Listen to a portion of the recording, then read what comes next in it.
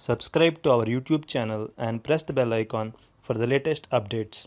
How to add your birthday on Truecaller app. Go to your phone menu, find the Truecaller app and click on it. Click on the left menu. Now click on the pencil icon next to your name. Scroll down. Click on the birthday field. Set your date of birth.